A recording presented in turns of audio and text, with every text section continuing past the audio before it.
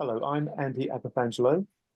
I'm proud to be the founder of the campaign organisation Transparency Task Force. We're a certified social enterprise. We're based in the UK, but we have people receiving our correspondence and our newsletter in 19 countries around the world. Our mission is to promote reform of the financial industry. We believe that the financial sector is profoundly important to the well-being of society, but also to economic stability and also to political stability. This industry, the financial sector, really is profoundly important. We also believe that it has a remarkably high propensity to misbehave, probably because the incentives are so high. There is so much money to be made fairly and honestly, or unfairly and dishonestly, in the financial industry that we think regulators need to keep a really good grip of it. And to be very frank with you, since setting up the Transparency Task Force in 2015, we at the Transparency Task Force have seen numerous incidences of regulatory failure. We believe the regulators suffer from the revolving door problem, from conflicts of interest, from regulatory capture. We also believe one particular regulator, the FCA, has developed a problematic pattern. The problematic pattern is that when it gets something wrong, for example, when it fails to properly respond to evidence provided by a whistleblower, rather than the FCA quickly realizing it's dropped the ball, it's made a mistake, rather than doing that, it sometimes creates this false narrative that it didn't actually get something wrong. There was a reason why it chose not to act. And we've seen that pattern over and over again. Perhaps the best example of that is the Blackmore bond scandal. One of the reasons why that's a particularly good example is because the narrative was captured so well in a BBC Panorama documentary that we were featured in. And if you haven't yet watched that, please do. But tonight, we're in the fortunate position to be hearing from Gary Stockdale, the author of Lost to the Races, the story of the WealthTek whistleblower. Let me read out for you what it says on the Amazon webpage. I'll put a link to this Amazon webpage. Guys and girls, the book's £4.99 in paperback. You know, it's practically free. Buy it. Buy your friends and relatives a copy. And we talk about a book that's been priced so well that it's obviously not about making money for the author. It's obviously about getting an important message out there. And let me tell you what that important message is. It's about the story of the WealthTek whistleblower. The author takes readers through earlier career experiences and how they helped him reach a tragic conclusion that a large fraud could be taking place. This includes sharing his thoughts with fellow senior associates, the accountant of Collingwood Wealth LLP, and the FCA. The book explores the failings of the FCA and how the regulator sought to control the narrative and obfuscate blame. Readers can follow an inside journey of the origins of the business from concept stage to May 2021, when the author ended his association with what became WealthTek.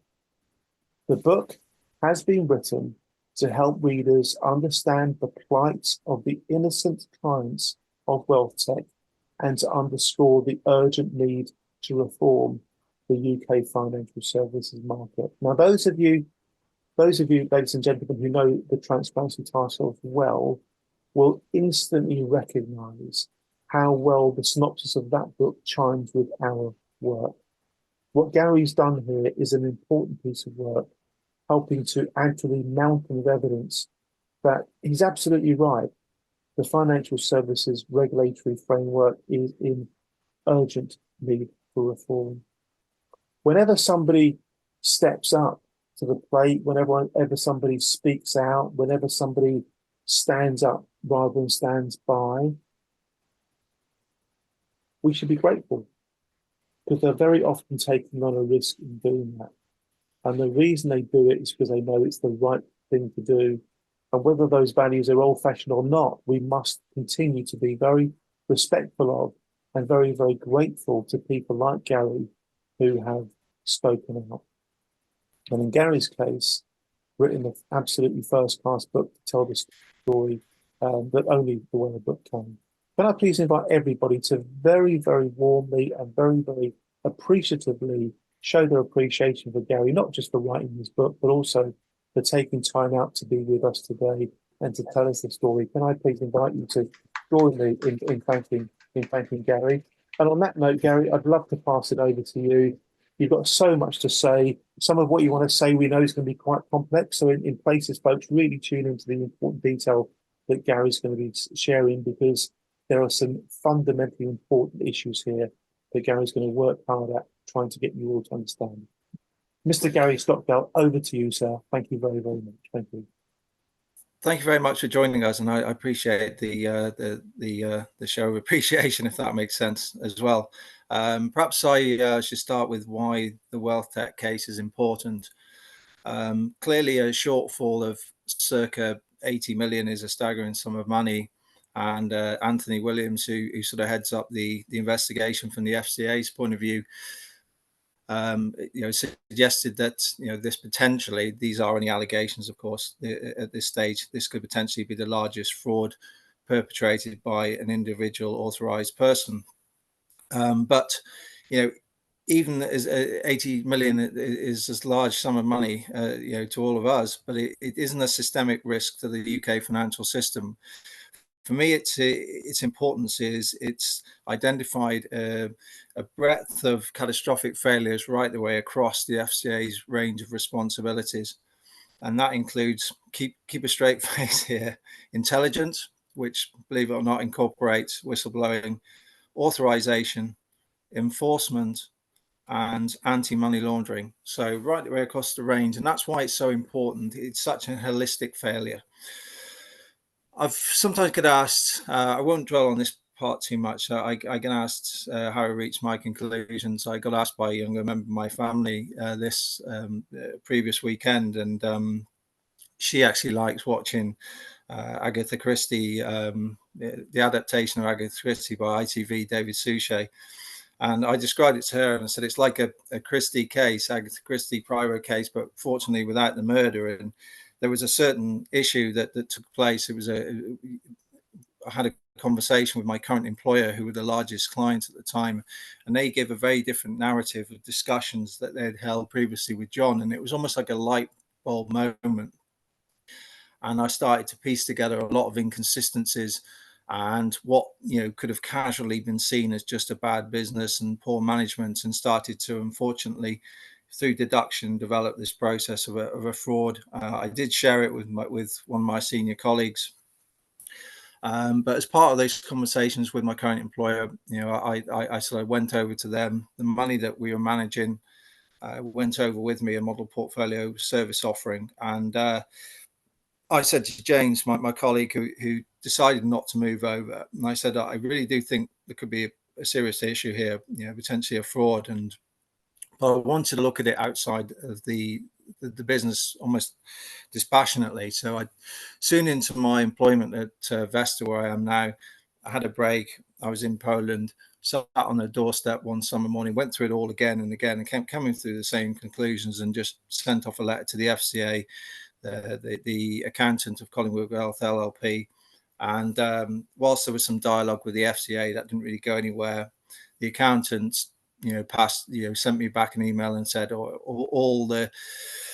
everything through Collingwood Wealth LLP is accounted for by John's normal drawings. And obviously my former colleague, wasn't really buying into the theory. So I'd gone as far as I could then. I didn't want the theory to be proven right. I got my head down, worked hard at my new job, and it really wasn't until April 23 that there was anything significant happen, because it was before Easter, I think, in 2023, and I received an email from an industry associate saying, have you seen this? It was the FT article saying that the business had been placed into special administration. That was quite a sad moment. There was no joy in being proven potentially right.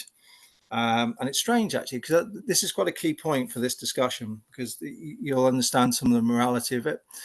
I had people close to me sort of say to me, who knew some of the interactions I had, and they said, look, just stay silent. If you value your career, don't say anything. The FCA will not want to admit that you're a whistleblower because they'd be exposing their own shortcomings. So just say you left, don't know anything about it, and so on and so forth.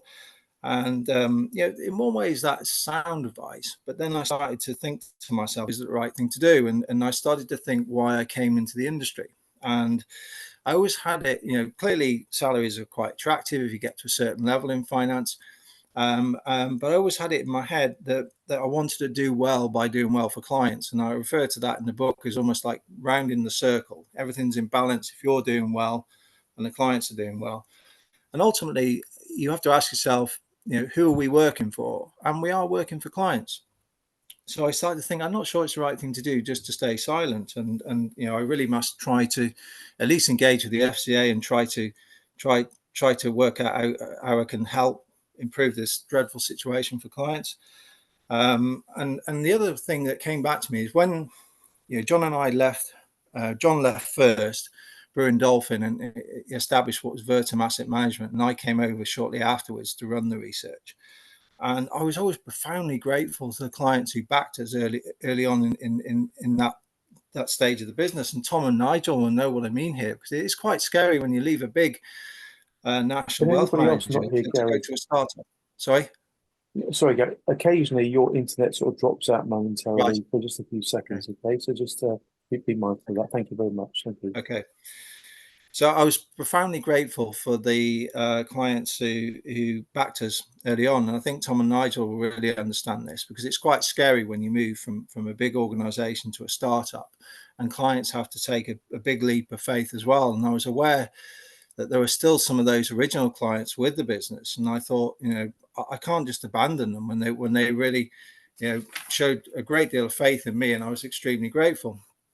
And to put this in perspective, and I think it's worth you all thinking about this, is Nihil Ratti of the FCA. He's got quite a favoured description. He describes the FCA as a world-class data-led regulator. And in finance, we do deal with lots of data, and Tom and Nigel will be aware of this as well. But we also deal with human beings, and it's important to remember that. And my message to the FCA really would be, the moment you stop to see the human faces behind the data is the moment that you start to lose touch with the people who you're ultimately serving. So this is why it made me want to be involved in trying to help these clients. And I'll recall a conversation that actually, because I had lots of fractious conversations with the FCA via email, because I wouldn't buy into this investigation that is essentially about controlling a narrative and what I've termed in the book this time zero, and almost obfuscating any attempt at any accountability. And again, going back to Anthony Williams, the chap who's leading the investigation of the FCA, and I said, if you want to understand my perspective and why we're not getting on here, what I challenged them to do is when the WealthTek clients get their statements showing their shortfalls that they're sitting on, I said, what you need to do is get the biggest ones by, in terms of percentage terms, the biggest losses in percentage terms, and ring those clients up and ask them how they're feeling, ask them how they're coping. Then you will understand why I'm so disappointed. Of course, he didn't do it, but what I'm trying to say to you is that there's always a human side to the data, and I believe the FCA have lost that. And strange enough, I contacted the FCA and said, look, this is very disappointing. You didn't sort of take what I said more seriously and so on. And this is the first sign I got of the obfuscation that they use, this facade. And Nigel will know about this as well, and Tom, is they treated instead of coming back to me and say, yeah, Gary, we perhaps should have taken, how can we work together and so on and so forth. They treated it as a complaint, and they came back and said, we can't deal with your complaint because there's an investigation. So they completely just cul-de-saced it, in essence.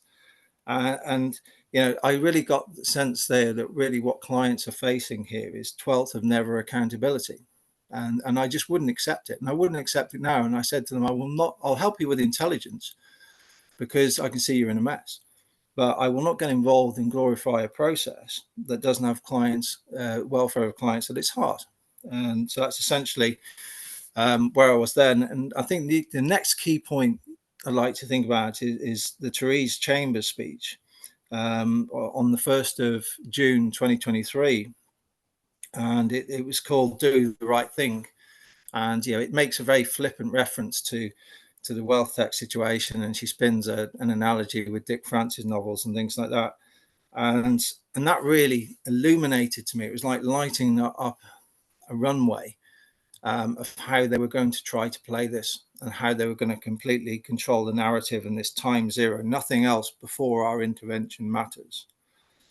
And the other thing we need to think about here is both Therese Chambers and Neil Ratty know full well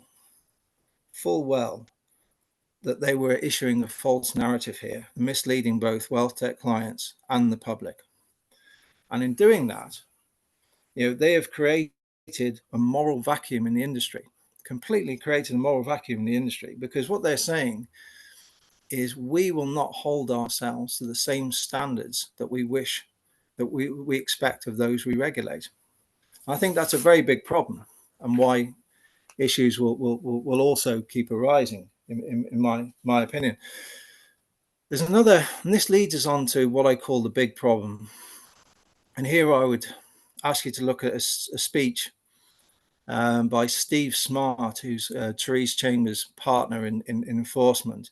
This was, you can see on the website, 26th of the 6th this year. It's called Teamwork and Collaboration. And there's one bullet point here which is very, very relevant to what we're looking at here. And it says the FCA is as much a law enforcement agency as a regulator. Now, I would actually contend that it's probably tipped more towards the law than away from finance. But here we've got an inherent conflict of interest, and this is the major issue. I'd like to think about. You've got the FCA as a regulator, and the FCA as a regulator has to show that it's adhered to its statutory, operational, and secondary objectives. But it's also an investigator and a prosecutor. Now, how are we ever going to get a situation where an investigation will be framed in the right context if you've got that conflict of interest with a regulator trying to show that it's achieved its statutory, operational, and secondary objectives, and also investigating the issue itself? It's almost investigating its own failures. And this is what I covered in the book, and I called it two sides of the same coin, and Tweedledum and Tweedledee. Of course, the FCA had different motivations than what John would have had if the allegations against him are proven. But you can't understand one without the other.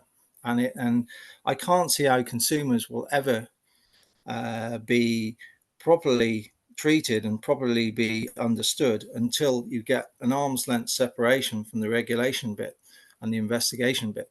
It's almost, as I said in the book, really, to the book, it'd be like me leaving the front door of this house wide open, taking the dog for a long walk and coming back and finding that things have been taken, and then saying, well, it doesn't matter that the door was open, I'm only going to investigate what happened after that. There's always a context in investigation. It's a clear sense of why this whole system has baked in obfuscation, baked in protection of the regulator in it, and I don't see how clients can be properly served whilst that still exists. And can it be right, really, that a regulator can conduct its own investigation when it's so deeply ingrained in the causes of what happened? Now, I think there's some issues that you'll be familiar with here as to why these things happen. First is, it's reinforced, I guess, by the legal protections that the FCA enjoy. Now, I would argue that it's not as simple as just taking away their legal protections, because I think a regulator does have a tough job, and they do need some protections because they could be open to frivolous legal claims. But what we do need to look at, and this is what the politicians and Rachel Reeves hopefully will understand when you write to her, is that this privilege is indeed a privilege, and it has to come with proper accountability and ensure that what's a privilege to protect the FCA from being frustrated doesn't become a tool to frustrate any form of accountability, which I would contend it is. There's another side to it, which is also very important, and I call this sinister narrative. And this is another partner to the obfuscation. And I'll give you one phrase that they like to use. And they're trained and drilled on this to always use this phrase, and it's called prejudice the investigation. Now, they use this to intimidate the media, because they're pretty much saying that if you cover this and cover our shortcomings, you will prejudice the investigation, and then we can potentially come at you and say that you've done this and you've done that. They've also used it, I can tell you, to threaten and intimidate me on 2 occasions. One would be after my compelled interview, when I was saying, I don't believe you can have an investigation unless you do it holistically. And I won't name the 2 in the interview because they've remained anonymous, and I'll respect that. Anthony Williams also threatened me with it. And I would guess I can only describe he had a bit of a tantrum when I said, I don't accept it and I see through it. I won't do it. And they've even used it to obfuscate even sitting MPs that have tried to ask them for an explanation. And I would argue at that point, they are then subverting Parliament, because they, if they're saying to to MPs that they can't discuss why these failures occurred. I mean, the other thing is, there is no prejudice to the investigation. It's nonsense. This is absolute nonsense, because all Tom and Nigel and myself have done is ask them to account for the failings prior to when they stood in, i.e. the poor supervision. We haven't got the remotest interest in prejudices in their investigation. And I would guess nobody outside the defence team has. And, when you look at, and I cover this in the book as well, when you look at the cases that they failed in, and one I cover in the book, actually they prejudiced their own investigations. They've done it by heavy-handedness, and they've done it by,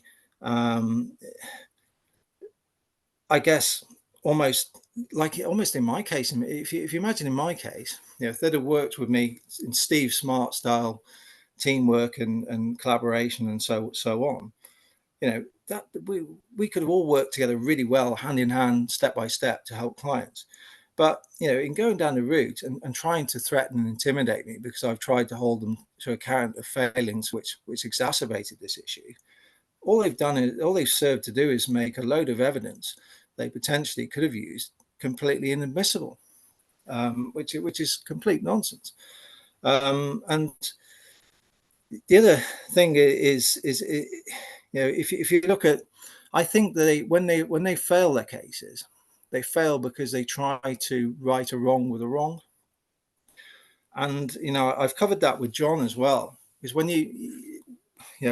don't get me wrong, I have no sympathy towards the allegations against John at all, and I'm extremely disappointed in what's happened. But I tried to give an example of he was arrested. They took away his laptop. They denied him access to his servers and emails and so on. And I can understand why you do that initially, because you need to make sure he can't doctor anything and so on and so forth. But when that's a year in and he still can't do it, then you start to think, why are they doing this? I wonder, because I've been in the industry for 25 years. Nigel, a lot more than me, and I can tell you.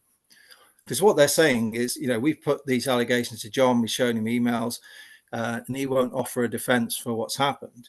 And he's saying, well, I can't because you won't give me access to my emails and I can't answer them.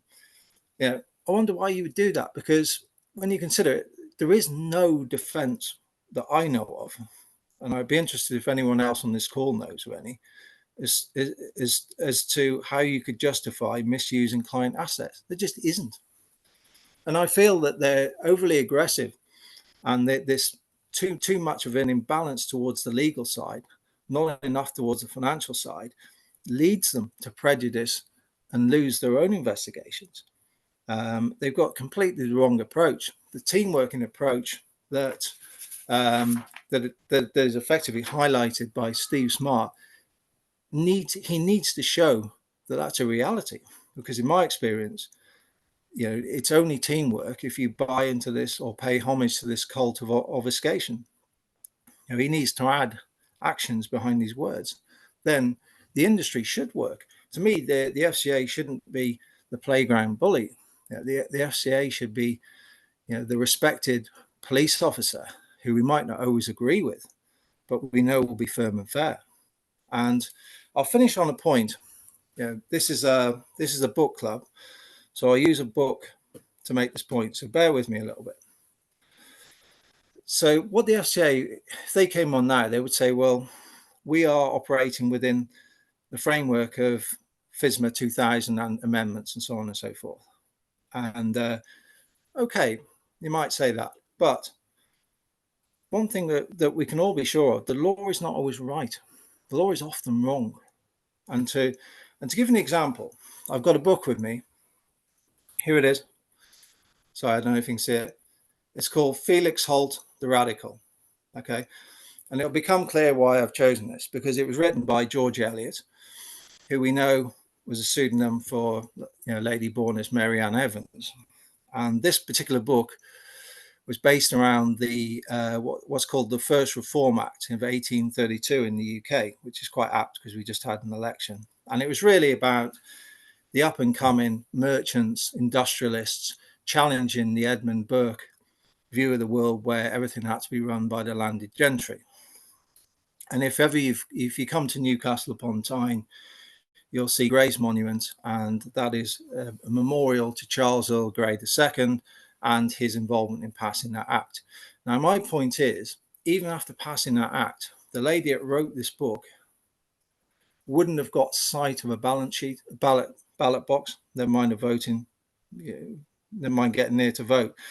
And it wouldn't be until 1918 until a lady of her stature would have been able to vote. And indeed, 10 years after that, until all women over 21, regardless of status, would have been able to vote. Now, my message to the FCA is, do we believe that it was right to prevent women from voting? Of course it wasn't. We don't have to answer that, do we? But neither is it right to operate a framework of inverted morality where the innocent suffer the most and the innocent have to pick up the bill and pay for the audit of other people's mistakes. And at that point, I'll hand it back. Gary, that last line was so powerful. A framework of inverted morality where the innocent pay the price. I think is what you said. That may not be quite verbatim. That's really, really powerful. Gary, you're reminding me of the conversation we had a couple of months ago when we first spoke about your work and the book and the story. And in all honesty, Gary, what you've discovered about the FCA is a direct match to what we've seen, what we've experienced so many times over. It's quite remarkable. You're clearly a very, very perceptive and insightful and astute gentleman. I've got a couple of questions for you, family, and then we'll open it up to everyone else, and then your colleagues can join the conversation too. But let's just have that kind of relaxed, open, grown-up conversation with each other that makes things like this work so well. Gary, this question might be quite naive, but I'll ask it anyway. Do you think that when people who are senior at the FCA are doing what they do, that causes so much upset and so much disquiet for people like you, people like me,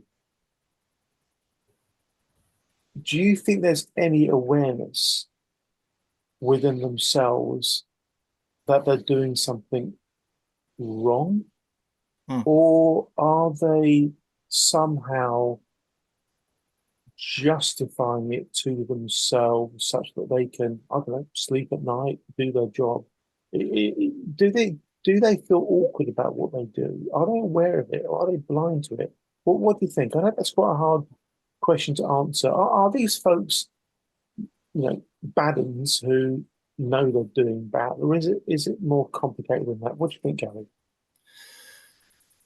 I don't think I won't go as far to say they're bad uns, but what I would say, I'll go back to that last example with this book. I think there are people that they are of a certain mindset that they can say it doesn't matter whether I'm right or wrong, whether women can vote, whether women can't vote. This is the law. Right. So in terms of going back to when I had that dilemma, when I was, shall I get involved, shall I not, just stay quiet and so on and so forth, I couldn't do what they do because I would think about the injustice of it. So I'd be fired or have to resign, I guess. I think they're strong enough to say, this is the framework. I'll stick doggedly to the framework.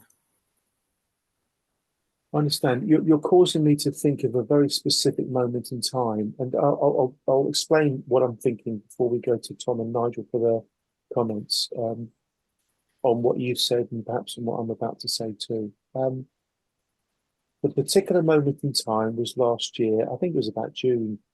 I was in a courtroom. I haven't been to many courts, so for me it was quite a special day. I was in the courtroom.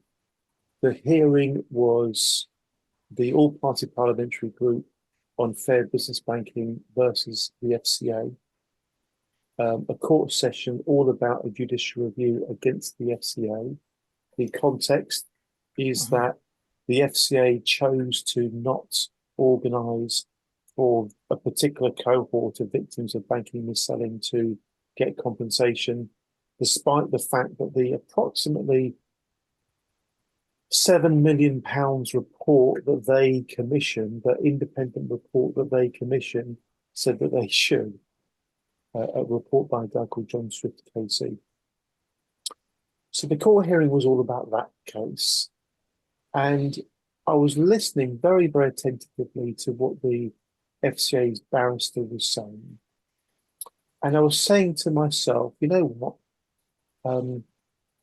Lawyers kind of operate in a different world to the rest of us. When they're in a courtroom, they say things and they talk about things based upon what they think they can argue successfully in the courtroom.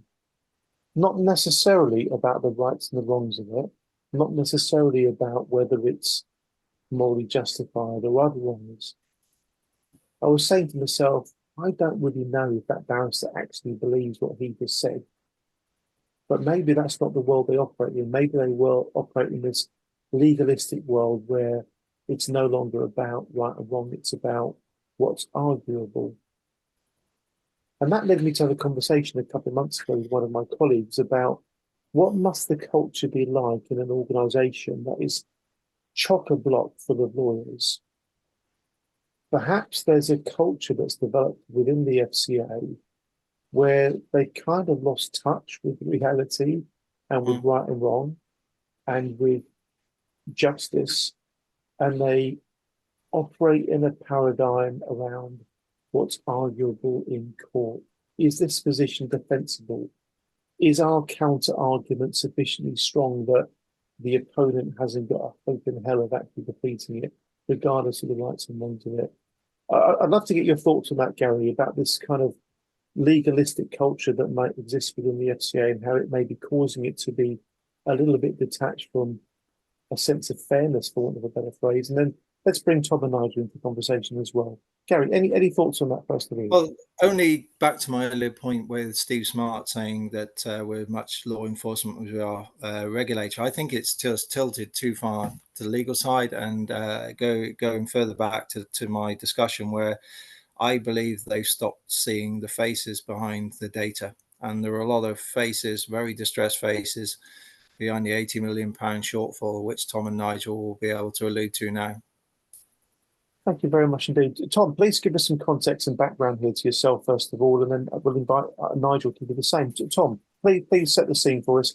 Hello. Good evening, everybody. My name is Tom Mallock, and I ran a business called Mallock Melville, which was founded in 2015. As an independent business, we used the plumbing, for want of a better term, of WealthTek as an outsourced provider of administrative services. So that would be things such as dealing, corporate actions, the trading systems of WealthTek. So we'd worked with the business over a period of time, and that's how I'd come to know Gary. As Gary's alluded to my surprise and horror, I received a call on the morning of the 4th of April from a BDO representative at 7:30 in the morning, informing me that WealthTek had been placed into special administration, and this was something that I needed to act upon immediately, speaking to all of my respective colleagues and telling them not to answer telephones and emails as at that point, to which I said, I think you're speaking to the wrong person. And they said, unfortunately, we're not. And I guess the rest is history. But over these past 15 months, myself, Gary, and Nigel have worked diligently on behalf of clients who we feel have been practically abandoned by the joint special administration process, really because there's been such a lack of information that's been forthcoming to clients about the timescales involved, how this is going to play out, what they're likely to get back, and various other iterations of all of those things. So we've been actively speaking to clients, emailing clients, interpreting very complex legal documentation, which has been distributed by the joint special administrators at set intervals, and try to do the best we can, again, on a moral and principles based way, to do the right thing for clients at their time of great distress. And I personally feel that they've been totally abandoned by the process, both by the FCA and by the joint special administrators. And this void and vacuum of information, as far as I'm concerned, has just been totally unacceptable. The other thing that I'd like to make clear is, in my opinion, how I don't believe that the joint special administration process works. Certainly not for an investment management company. It may well work very well for a small retailer or a logistics business or something such as that, which is probably relatively straightforward to package up and move along. But for an investment management business that has monies coming in and out, and clients that are reliant upon income to pay for day-to-day bills and living expenses and things such as that, when investments are gated for an indefinite period of time, I'm sure you can only imagine the distress that's caused. And we, speaking to clients, we have instances of people that have had to, in extreme circumstances, sell family heirlooms that have been inherited. There's been cases of the use of food banks. There's been cases of clients that have been unable to care for disabled relatives, to name just three. So the situation has been dire for those caught up in this mess. I don't know if Nigel would have anything to add at this point. Thank you, Tom. That really sets the scene so nicely. Nigel, please do chip in with whatever you'd like to share. Thank you. Well, thank you. That sort of leads me very nicely into some of the points I'd like to draw attention to. I think it's worth bearing in mind that when the FCA goes to court and gets a firm placed into special administration, the FCA's mantra is that they're protecting investors. We always hear that from them. My first question is, of course, that when the FCA turns up at court and requests the judge to order that the company is put into special administration, who is there in the court to argue the side of the client? Nobody. So as soon as the company is put into special administration, everything gets cut off.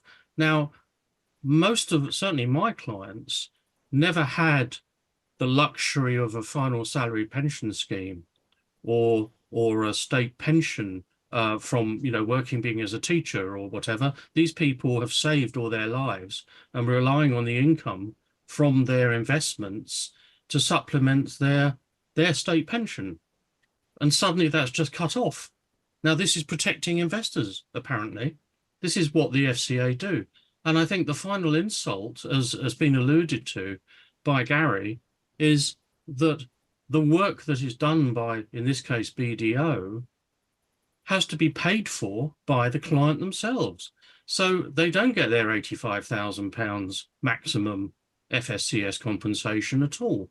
In our case, the maximum amount is £62,000 because BDO are charging up to £23,000 to clients to cover their costs and expenses.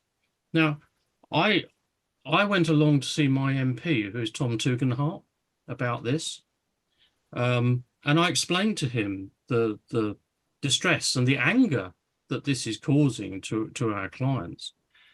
And Tom was very, very sympathetic with the whole thing, particularly when I pointed out to him that in 2013, there was a statutory order placed before Parliament that diverted the fines paid to the FCA to the Treasury.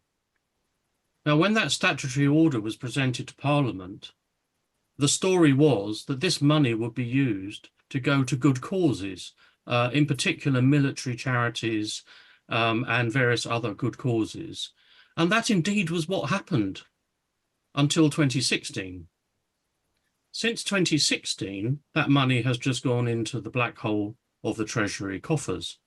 And I worked out the amount of money since 2016 to the end of 2023 that the Treasury has received from the FCA's fines, and it amounts to £1.73 billion. And we're asking the Treasury to fork out less than £20 million to cover the costs of BDO having to sort out the mess that effectively the FCA has left behind. So Tom Tugendhat picked up on this, was very, very understanding about the whole thing, and was ganging up with other MPs. Of course, the whole thing got called short by Mr. Sunak calling an election. So we're going to have to pick up on it again. But his words to me were that the FCA was very uncomfortable about this. I find that really, really fascinating. Really fascinating. Tom Tugendhat's an interesting MP. You're taking me back to years and years ago when he stood up and asked David Cameron during Prime Minister's questions what the government was doing to improve the transparency on costs and charges in investments. And that really kind of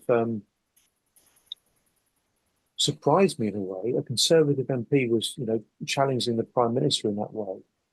Long story short, we ended up having Tom present at some of the TTIP events. And I'm very proud to say that we co-chaired a meeting in Parliament a little while after that to do with what we call the first transparency summit in the world. Personal opinion, I think, is a very, very high integrity man, and I'm really pleased to hear that he was as supportive as he has been with you, Nigel. Yes, he was very he's a military man. Yeah. And he would come back to me and say, well, surely so and so and so and so, and I'd explain why not. Very quickly he picked up on it. He's a bright guy. Yeah. Tell me more about that sort of diversion of money, so to speak, because it would be completely logical for the monies you're talking about to end up in somewhere sensible as opposed to just going into the big black hole. It's quite funny, though, because if you think about it, it doesn't actually make much sense that it does. Tell me more about that, Nigel. I'm really, really interested. Thank you. It used to go back to the regulator and was used for the regulators. Obviously kept the membership costs down for the membership. Those are the origins. I remember back in the days of IMRO, we were told, right, well, we need so much, we've received so much in fines, therefore your annual subscription is this. That since 2013 has no longer been the case. When obviously since IMRA we had the FSA. It was during the FSA that this happened. And it's just been carried on. And obviously the Treasury had its beady eyes on quite a substantial sum of money. But the point I made to Tom was that there's no way they can budget for that money because it's an undefined amount coming in every year. So it's a windfall as far as the Treasury is concerned, which is why I argued strongly that this money could be used to help those who have suffered as a result of the failings of the FCA. And Tom got it straight away. I get that. Folks, I'm going to share my screen here. I'm going off on a little bit of a tangent, but it's a really important one, I thought. So please allow me to do that. I'm sharing my screen to show you Violation Tracker UK. And I'm going to show it to you for a specific reason, because it ties in so well with what Nigel has just been talking about. So this is basically a database of infringements against various different regulators. If you click on data sources, you get a list of all the different regulators. The data is in this database and includes, as you can see here, the FCA, and it also includes before the FSA. The data it carries is from 2010 onwards. But let me just show you this, okay? Because if you think about what Nigel just said, it's actually remarkably important. If we click on other summaries, and you click on parent industry totals, the first thing it does is it gives you a ranking of how much the different industries have been fined. And can you see that the financial services is at the very, very top there? Yeah. Now, I could argue for ages about why the financial industry should be so well behaved, because if you think about it, it has to be trusted for it to function. Despite that, we have the financial industry being the most fined industry of all. There's something seriously wrong there. But when you then click on financial services, you get the top 10 worst offending companies. And then you get the details about all of the organizations and the individual fines. And for what it's worth, in any of these, if you click on the detail, for example, here I'm going to click on the Santander one, you click on the monetary amount and it gives you a write-up, which is bleeding amazing, folks, considering there's 100,000 cases in this database and it's free to access. I mean, just a remarkable thing. I'm very proud to be the chair of the UK Advisory Board for this. And if you then click on the source of data at the bottom, it will give you the originating source of information, in this case, an FCA statement. But my point is this, and it really backs up completely what Nigel's just been saying. If we think of these numbers here, since 2010, there's been 5 billion? Yeah, 5 billion, 900, yeah. 5.9 billion, not million, 5.9 billion in fines. Let's think about that for a minute. First of all, who pays those fines? It's basically the innocent shareholders of those companies. We invest in many of those companies ourselves through our pension savings and our ISAs, etc., etc. There's hardly been any use of the senior manager certification regime, which is the mechanism brought in off the back of the global financial crisis to hold individuals to account. And where does all that money go? Where's that 5.9 million gone? That's the point Nigel's making. And surely, it should be put to some use. The money does not go to the victims of the malpractice that's listed here. It goes to the Treasury. There's a systemic flaw there. There's something seriously wrong when all these fines ends up in the Treasury without necessarily the individuals at the firms responsible for the fines actually being held to account. Nigel, I think the point you made is brilliant. And I just want to make one other quickie here. When Thames Valley Police prosecuted the bankers, the HBOS Reading scandal, it cost them about £7 million. And they tried to get the money back through the Treasury, and they couldn't. So if you're a police force and you spend £7 million that you can't replace to prosecute a fraud, how many times are you going to do that before you stop prosecuting fraud? And is it a surprise, ladies and gents, that something like 40% of UK crime is fraud related? You've opened up all sorts of issues, Nigel. I'm very grateful to you for that. Any comments on what I've said, Nigel, Tom, or Gary, before we move back to Gary with any further thoughts from him? Nigel, any comments on that? No, I think you've hit the nail on the head. The only point I would make is that it was only, as far as the financial services industry is concerned, it was since 2016 that the money has gone, if you like, unlabeled into the treasury. And I think what probably happened was those big numbers earlier on were from the PPI scandals and things like that. And the treasury probably eyes popped out and thought, wow, we could have some of that. So they introduced it gently with the 2013 story that they're going to give it to good causes, and then of course quietly drop that aspect of it. I'd really appreciate it if you can send me any information, any links, or any narrative around that. I'd love to pick up with you, Nigel, and see if we can draw attention to it, because it's fundamentally wrong. I put it all together myself, but just by searching the FCA website, and you can pick up all the numbers from there. And I got a scrap of paper and added it up. Incredible. Thank you, Nigel. Really interesting, and thank you, Tom, for your comments before that. Yeah, Gary, given this harsh reality that the FCA is immune from civil liability, do you think, as I do, that immunity means that the FCA is likely to learn its lessons very, very slowly, if you get my drift? Yes, if at all.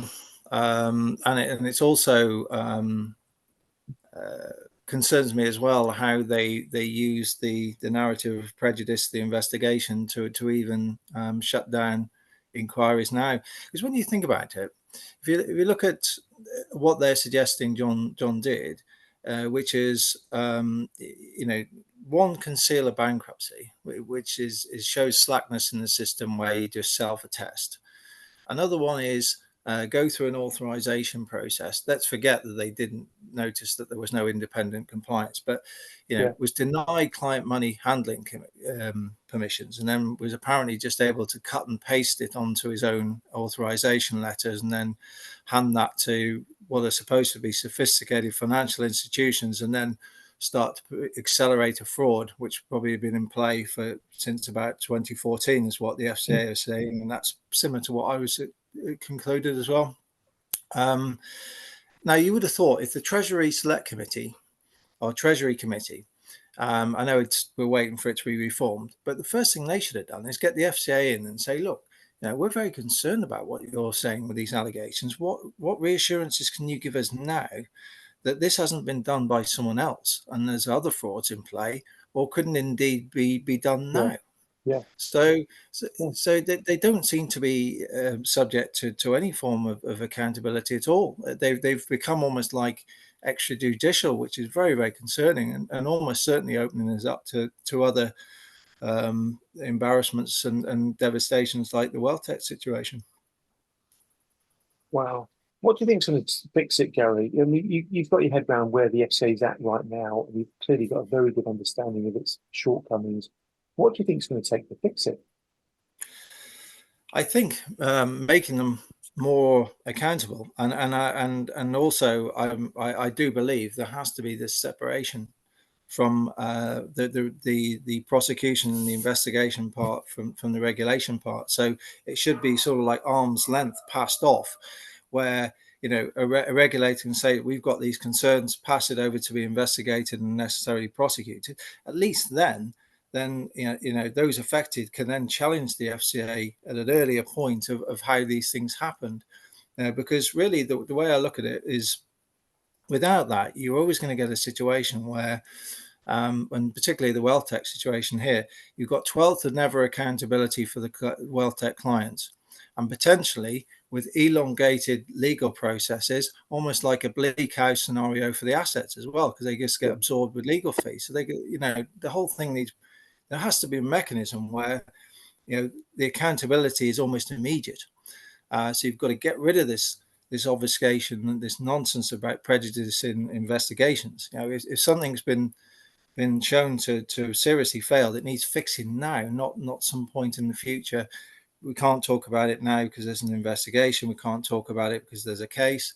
And they use time to amortize the opportunity for any form of accountability, it has to be, you have to separate those two functions. These are great thoughts. Folks, we're going to open it up to other attendees. I'm keen to get anybody's thoughts that wants to chip in here. In particular, I'm going to ask Nigel Keynes to share his thoughts about the FCA. Nigel's a very good TTF volunteer. We spend a lot of time talking about the FCA.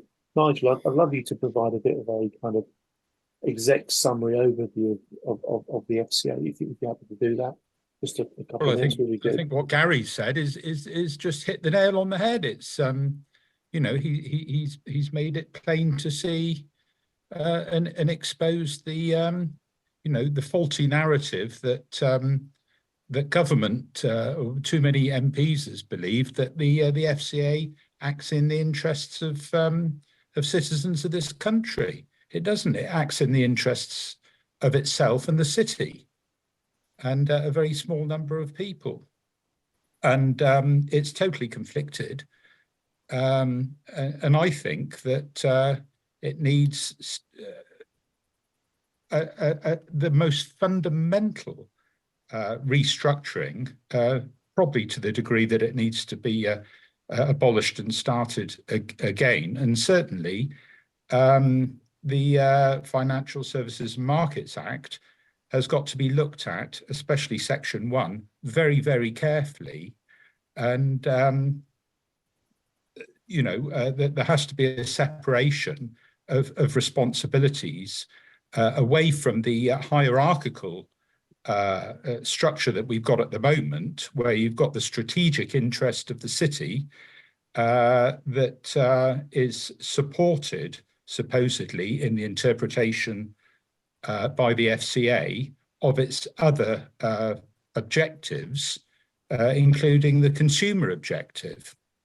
So everything's down to the interpretation of the FCA. Now, the problem is that when the FSMA was passed into law, the responsibility of the parliamentarians that voted it into law passed power and responsibility, well, no, just the power without the responsibility to the FCA. They delegated powers without also delegating the ability to properly regulate the use of that power. And it's just been a runaway process, and it's got worse and worse and worse ever since. So I think we've got to go back to absolutely basic fundamentals and rewrite FSMA if ever the FCA is going to function properly. Thank you very much indeed, Nigel. Do you think there's therefore almost an inevitability that if you give any organisation loads of power without any responsibility and without any accountability, it's just a matter of time before it goes off the rails? Well, I think what's greased, as Gary says, what's greased the wheels of all this is the increasing importance and power of the lawyers. They've hijacked the whole process. And I would go further than Gary, actually, in saying that it's not just the FCA that this has happened with, it's all of the big banks as well. No longer have they got the luxury of deciding policy themselves. Policy now is governed by magic circle law firms who have basically written the manuals of the banks, and there's no escape for them. And it suits the lawyers very well. And also, this has been done very much in tandem with the Treasury and the FCA. They're all in it together. It's and this is one of the reasons why in the UK, as we're seeing in France, that everybody's feeling disassociated completely with the establishment. You know, so many people, the concentration of wealth is going, you know, to a smaller and smaller number of people. Over the last 20 years, the distribution of wealth has changed enormously, and it's a function of these problems. In my view, it's you know, it's the collapse of democracy, really. thanks, Nigel. I've just put something in the chat. It's a piece talking about the post office. One of the phrases that's come out of the post office scandal is this. I think it's weaponized indifference. It's the narrative that when you have an independent arm's length body that the government has effectively washed its hands of, you don't end up with sufficient accountability. It's judge and jury of its own domain, and it ends up doing really dodgy things. The post office is a really good example of that. And frankly, for those of you that came to the event we had, I think the title was what are the similarities between the post office and the FCA? Anybody that came to that event would have seen that there are huge similarities between this kind of unwillingness stroke inability to be held accountable and this ability to obfuscate. In the narrative about Gary's book, I'll just read out a particular bit to you again, okay? There's a bit where it says, the book explores the failings of the FCA and how the regulator sought to control the narrative. And how many times have you heard that phrase, controlling the narrative, in terms of the post office scandal? So many of the witnesses talk about it was hell-bent on controlling the narrative. And what's the other thing that both the FCA and the post office do? They control the narrative and they behave as though all that matters is protecting the brand of the organisation. And going back to what I was saying earlier, it's as if they kind of justified themselves that they don't have to be honest if what they're trying to do is to control the narrative and protect the brand of the organisation. There's something really worrying there. So really, really worrying. I'll read it again. The book explores the failings of the FCA and how the regulator sought to control the narrative and obfuscate brand. Wow. Gary, back to you, sir. Can I just add one more thing? Go on, Nigel. Of course. I'd just like to say, I think FSMA was brought into being by Parliament, partly because it was widely recognised that there was a huge access to justice problem, and it was anticipated that the FCA, which was brought into being by that act, and the FOSS also would be a means of solving this problem. But over the years, in fact, the problem has become worse and worse and worse. And it's just a completely failed experiment. Nobody knew where it was going to end up. I'm sure if they'd had the foresight, the parliamentarians that were voting for that act at the time would never, ever have voted it in if they could see where it was all going to end up today.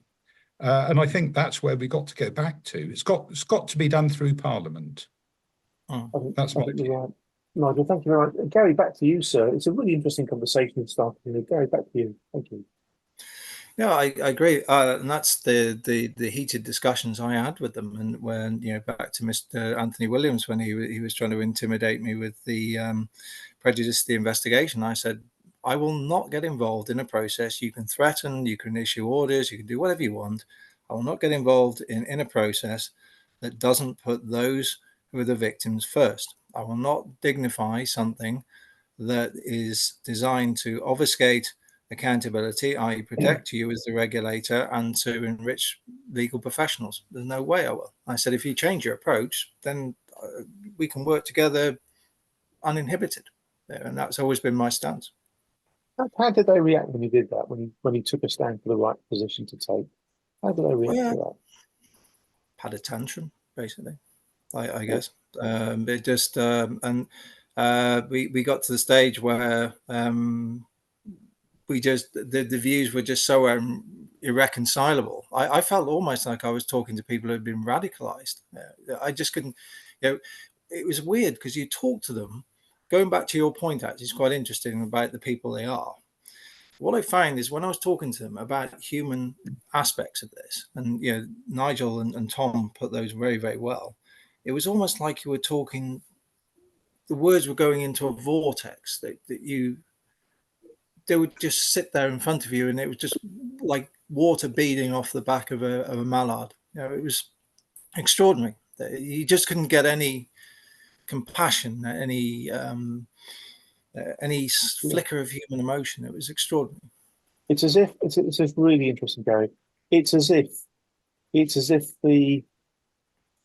immunity from civil liability has created this kind of this cloak shield. Like in science fiction things where you have a spaceship and it's got this protective cloak around it, and because of it, nothing can get through. Like Star Trek, I think it's got one.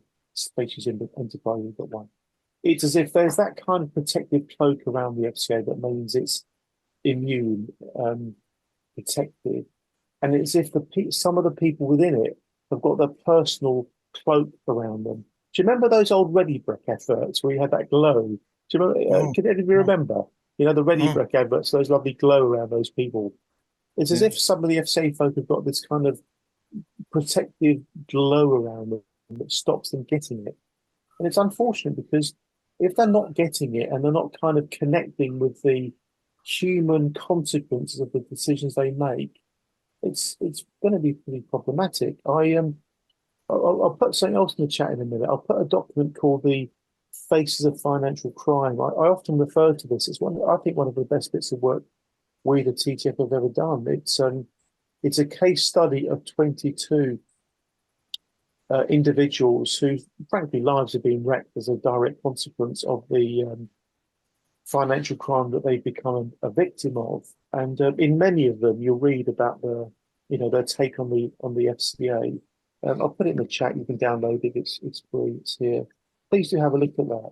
When you think of the human suffering as a consequence of some of the regulatory decisions and this seeming disconnect within the FCA, it's quite troubling. I mean, we've got people in the audience who may or may not want to speak out in a minute. We've got people in the audience who have lost huge amounts of money as a direct consequence of some of the decisions that the FCA has made. For example, there are folks in the audience who are victims of the Woodford scandal. And if you think about what the FCA has done there, the short version is people invested in Woodford. Woodford, a regulated situation. Regulated entities are protected through FOS and the FSCS. The FCA worked with Link Fund Solutions to create a scheme of arrangement, as it was called. And one of the consequences of that scheme of arrangement is it denied these investors the right to take their case to the Financial Ombudsman Service and the Financial Services Compensation Scheme. Absolutely shocking. I mean, in terms of an analogy, it's as if somebody's a trapeze artist, okay? And you're a trapeze artist and you're climbing up that long ladder trapeze artists climb up before they get on that long rope thing, the high wire. And on the way up, they can see the safety net and they know, if I fall off that bloody great big wire up there, I'm going to be caught by the safety net. And on that basis, I'm going to climb up and I'm going to go and do my act. So these folks, they climbed up the investment ladder, so to speak, knowing the FODS was there as a fallback, knowing that the FSCS was there as a fallback. I'm not talking about poor investment results. If you invest, you put your money at risk. I'm not talking about the consequences of a bad investment decision. I'm talking about the consequences of maladministration. And the FCA effectively took away that safety net after the trapeze artist started doing his or her act on the wire. That's what's happened. I still can't quite get my head around how they managed to do it, but they did. But they're completely shameless about the statements they put out as well. I mean, let's go back to Therese Chambers' "Do the right thing." Now, let's hope the FCA listen to this. I hope they do, because that sends them a message. So, first message to Therese Chambers would be, Nigel, Tom, and I, we're all here. Now, Tom and Nigel, their business was destroyed as well as their clients' wealth. They've had no income. So we've all done these things, out of our own time. So we'd say to her, do you think what Tom, Nigel, and I have done is the right thing, Therese? Do you believe that? Because if you do, come and tell us why you've been so uncooperative in understanding our point of view. The challenge is there. She can come out anytime. She could issue a statement tomorrow. Nihil Rati, do you think Tom, Nigel and I, in fighting for the innocent, are doing the right thing, in your own words? If we are, come and join us. We're here. Well, I'll arrange for the recording of this event to go to Nikhil Rati and Ashley Alder, Nikhil being the CEO and Ashley Alder being the chair of the FCA. At the very worst, I think they need to understand how people like us see things. It might be that they just don't get it. I really don't know. But at the very worst, they need to know how we see things. And yeah, if they can articulate some narrative that suggests that you are wrong to be doing the right thing, then that would be rather interesting going. The other thing as well is her partner in crime, as he calls himself, Steve Smart. You know, teamwork. We're here for teamwork, Steve. We're open. Call me, email me, Tom, Nigel. We'll have teamwork. We'll have collaboration in the framework of full accountability and putting the clients first. Teamwork's here. We're here.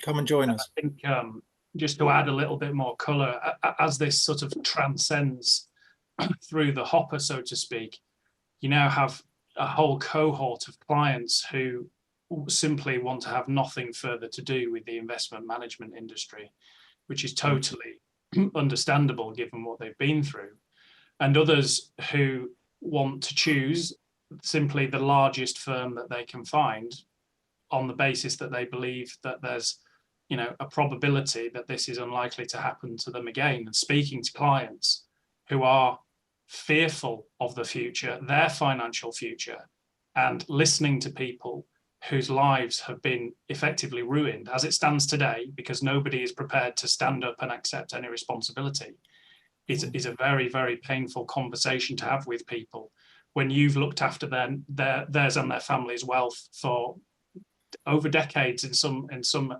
situations, and know what their wants and aspirations were for the future, and now know that that's only a pipe dream if somebody's prepared to put their hand up and accept responsibility. So that's the lasting consequence of all of the things that we've been discussing today. There is a client whose front room we sit in, complete paperwork and use our professional skills to manage their investments effectively. And I guess the major difference between the Woodford situation and this situation, of course, is the Woodford situation was very much one where style drift in the portfolio culminated in a number of issues when redemptions were forthcoming, and it was effectively like a concertina effort and a domino rally where obviously liquidity wasn't there when they needed it most. In this situation, none of the investment managers that used the underlying services of WealthTek, the investments were all tickety-boo. The investments were doing everything that the client had signed up for, in line with all the guidance that were provided from the FCA with regards to suitability, risk profiling, and everything else. So the failure of the FCA really has exacerbated many different situations. Yeah. And those of the clients, unfortunately, listening to tales of hardship and how people's lives are potentially going to look going forwards, and the next generation effectively knowing that inheritances that they had previously thought were coming their way on, is a very, very painful thing to listen to, I can tell you. Yeah. If I may, I want to chip in with something on that. So I'm going to share my screen and I'll put what I'm about to show you in the chat. You can download it yourselves, folks, if you want to. We did a bit of work with some of the Woodford investors. We basically asked them to give us their kind of, impact statement, for want of a better word. It's what you're looking at right now. We've redacted the email address. Everybody that's put information in here did so knowing that it's going to be in the public domain. And it's basically asked a series of pretty obvious questions, like how did, what's your story as far as the Woodford scandal is concerned? There's a particular question where it talks about how has this impacted you and your family? It's the question in column G. I don't suppose you can read it, folks. It's too small, but I'll put it in the chat. And if you go through that column and read the wording, you'll see a recurring theme. so many people have literally said, I'm never ever going to invest again. And why would they? You know, they went up that ladder and some soul took the beam safety net away. So what is the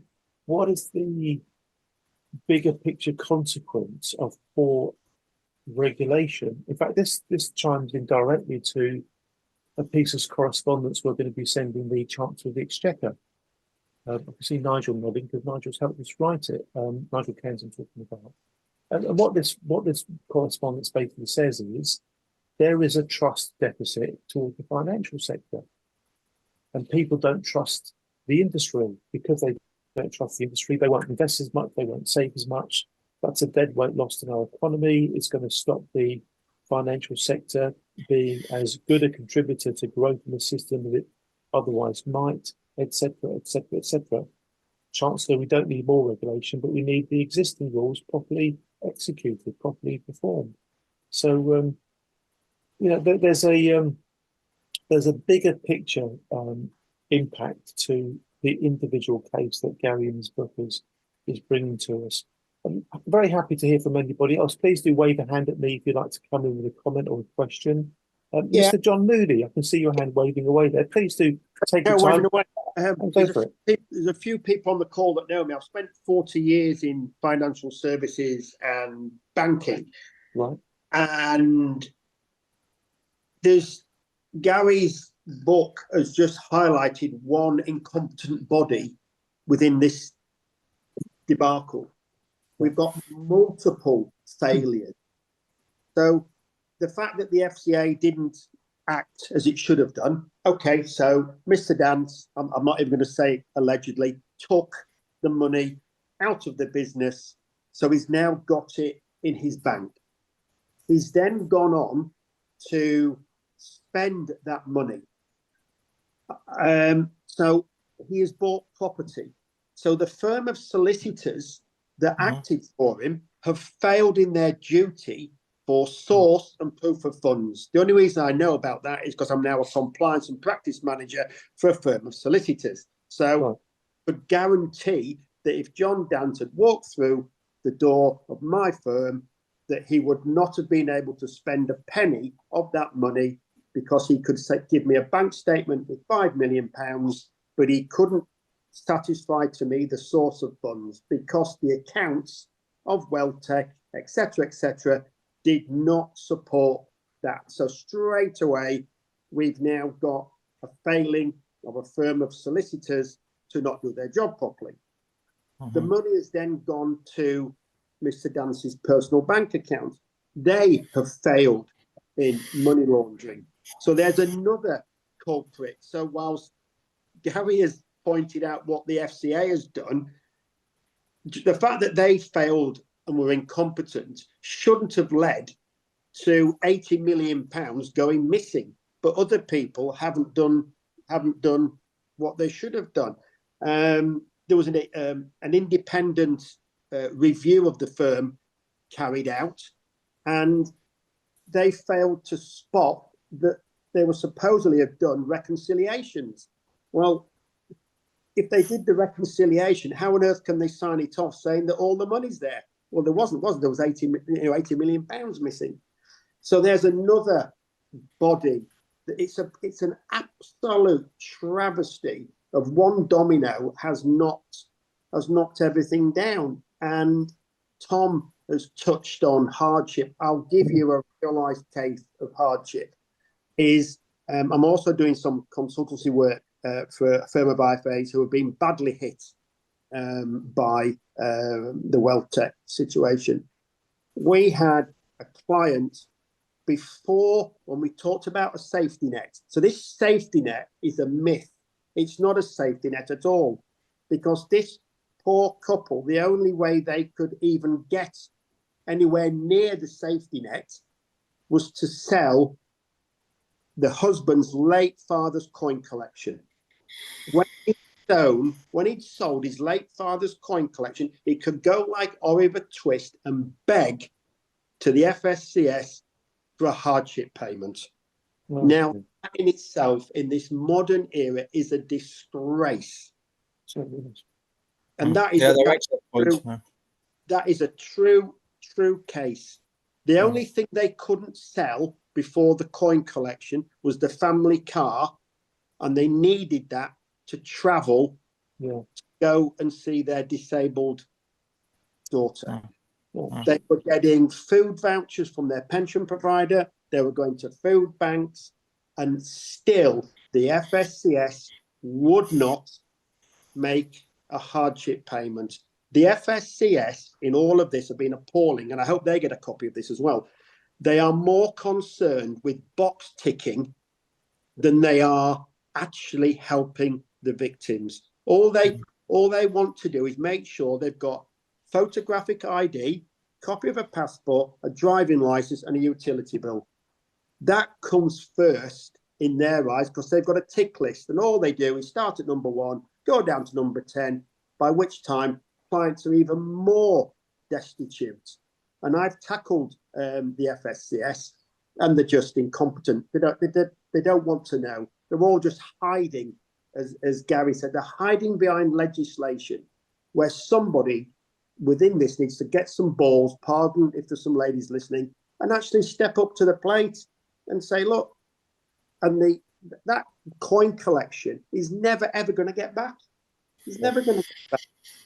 And it's just multiple failings. And personally, this is going to drag on for a long time, whilst ever the FCA keep hiding. I've had meetings with MPs. You know, they're all great. They all write to the FSCS. It's the same letter coming back. All they're doing is changing the name. They're just changing the name. So I've called myself Peter Bates when I've emailed the FSCS, because this is a horizon. This is horizon all over again. Another government body has and won't acknowledge it. So you're spot on, John. I absolutely agree with everything you've just said. And I think my note in the chat's caused a bit of confusion. You'll all be getting a copy of the recording of this and do what you can to get it out on social media. But if there's a particular organisation, for example, the FSCS, and you want us to send a copy of it to the chief exec and chair of the FSCS, then let us know. If there's anybody else that you want us to get this to, we'll definitely send it to the folks at the FCA that we mentioned earlier. We'll definitely do that. I've just put a note in the chat. Again, I'll share my screen. So some of you know that in April we did a march in London, literally taking the streets to protest about this kind of stuff. Long story short, we've got one coming up in Dublin now. On the 18th of September, we are taking to the streets of Dublin the Enough is Enough March for Justice, from the four courts to Dublin Castle, the Bank of Ireland, to Leinster House, which is their parliament. There'll be TTF are leading it. We're running it. We're making it happen. But there'll be a load of various campaign groups that we're partnering with, and it's just a matter of time before we do another one in London. I'm pretty sure that we'll be doing one after summer. More details about that in due course. Gary, I want to salute you once again for what you've done, sir. Your sense of right and wrong is very strong. It came across really loud and clear when you were talking about saying to the FCA, I'm not going to do that. There's somewhere in your childhood, your upbringing, the way you were brought up, whatever it was, somebody somewhere infused in you a real sense of right and wrong and justice. And you know the difference between right and the wrong, and you're simply unwilling to do the wrong thing by your clients. And my goodness me, the financial sector needs as many people like you as we can possibly get. Likewise, Nigel. Likewise, Tom. It's obvious. It does make you. The problem is the term whistleblower, isn't it? I mean, I've used it, so I don't get me wrong. I'm not trying to evoke martyrdom here at all, not in the least. But it conjures up this awful image, and you go into organisations with a clipboard and a whistle, and you know people, and it makes you very unpopular. Actually, it does. You get two reactions. You get people saying, "Well done," this, that, and the other, and then others, you know, will really not want to talk about it at all. We'll want to keep you at arm's length. It's a weird situation. Yeah, I wouldn't change what I've done. because, you know, something has to change. But, you know, a bit what you're saying, enough is enough. But, you know, if this goes to Rachel Reeves and her crowd, it'd be a good opportunity to say, you know, you want to show that you're going to change Britain. You know, whoever your city minister is, or you know, the equivalent of Ben Affolome, who wasn't very good at all in regards to this, you know, show us that Britain's changed. This is a good opportunity to show us Britain's changed. Well said. Well said. Well, that's a really nice note to end on, subject to anybody else who's itching to come in with something. So, folks, last chance, please wave. Got a Yes, question. please. Oh, yeah. So, I'm sorry, Jill, I couldn't see you. I was looking at Gary speaking. Jill, please take a moment to give us a bit of context. Who are you and what do you want to say? Thank you, Jill. I'm Gilly Andrews. I'm the wife of Robert Hughes, who is a colleague of Tom's and Nigel's. Okay. Our client base has been just as devastated as theirs. Cheers. So devastated was Robert that it's left him in very poor health. I agree with everything that's been said this evening, but I'd particularly like to congratulate Gary, not just for his bravery, but for his tenacity. Not only did he stand up when he was summoned to the FCA, but he's gone on to keep his head above the parapet and to fight the cause of all we innocent victims. Robert and I have been devastated financially too, as well as all our clients, and we can reiterate stories similar to Nigel and to Tom. And it's quite a rare thing for someone, particularly someone who remains in the industry, to stand up and to fight for a cause they believe in. And I just want to congratulate you, Gary, and thank you so much on behalf of our whole client base, and to hope that you can continue doing this, and hopefully that we can support you in any way possible to continue this fight and to reach some conclusion that is successful. I mean, we're talking about these monies that go to the Treasury, but surely there's no better cause for these monies than to be used on restorative justice. Yeah. We are paying for a company, BDO, to make an investigation that we have no control over whatsoever. They are putting in an invoice that we have no control over whatsoever.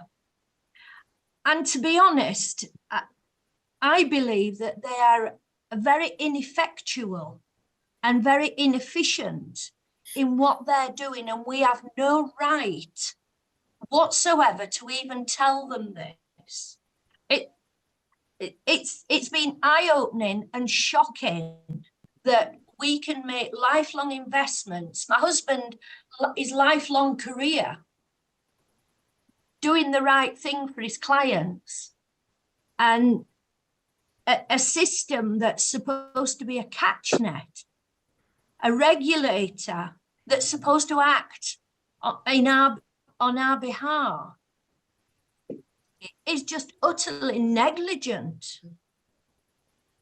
And it's just shocking. And I feel very strongly that I agree with these people who don't want to continue investing. Why would you invest in something that is so renegade? Jill, It's shocking. Jill, what you just said is really, really impactful. Renegade. No one's used that word, but it's so right. It's absolutely so right, Jill. I salute you speaking up and speaking out the way that you have done, as I do Nigel and Tom and Gary. Gary, I never actually got the pleasure to meet Robert, I don't think, but I was very distressed when Tom told me about his plight.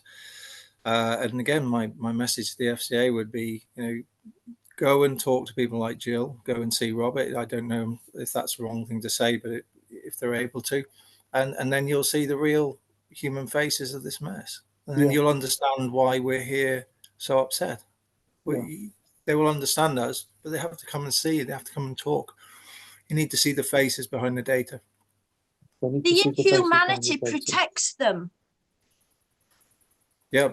The institutions, the inhumanity protects them. If you don't allow people to get under your skin to understand where they're coming from, then it's okay. You can keep doing what you're doing.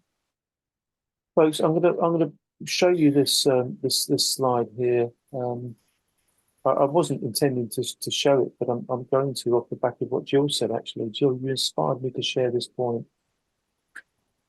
From a long time ago, from a time when the world was, it seems, on the verge of really embracing a wonderful sense of enlightenment. This is the late 60s, Robert F. Kennedy. I'm going to read it out in case you can't see it yourselves. And I believe this to be true, and I believe that what Gary has done speaks directly to this. And frankly, what the work of the TTF is all about speaks directly to this. The man said, every time we turn our heads the other way, when we see the law flouted, when we tolerate what we know to be wrong, when we close our eyes and ears to the corrupt because we are too busy or too frightened, when we fail to speak up and speak out, we strike a blow against freedom and decency and justice. Gary and your colleagues, we support the work you've done in writing that book and speaking out. Jill's nodding away. I'm sure many people are nodding away as I'm saying this. Thank you so much for doing what you've done. There's a lot that's come out in this conversation that really does bear thinking further about. Gary, Nigel, Tom, I'd be delighted to work with you moving forward because I think you've got something of a ball rolling here, for want of a better phrase. Let's invite the FCA to talk, and let's see if they've got the guts to do that, and the wisdom to do that, and the enlightenment to do that. Well, you just have to say to them, stop. It's not prejudicing your investigation. Say to them, stop prejudicing humanity. So that's a perfect note on which to end our conversation. Ladies and gentlemen, can I please invite you to show your appreciation to Gary and his colleagues for what they've done. Thank you. And for what they've done tonight. Thank you very much to Gary. I wish you well, everybody. Have a lovely rest of your evening. Time to sit down, have a cup of tea, cup of coffee, or something stronger, and just reflect on the conversation we've had. But if I could end with one very, very final point, it's that famous Margaret Mead quotation. Never doubt that what a small group of people can do to change the world. Indeed, it's the only thing that ever has. Let's not underestimate our collective ability to make a difference. And I don't know about you, but I don't want my kids and hopefully one day grandkids growing up in a world where things aren't right and aren't fair. It's down to us to create the society that we want. There's another great quote that's just coming to mind. I will end on this. It's I don't want to live in a country like this anymore, and I'm not going anywhere. Let's change what we know to be wrong. Good night, all. Thank you very, very much indeed, Gary.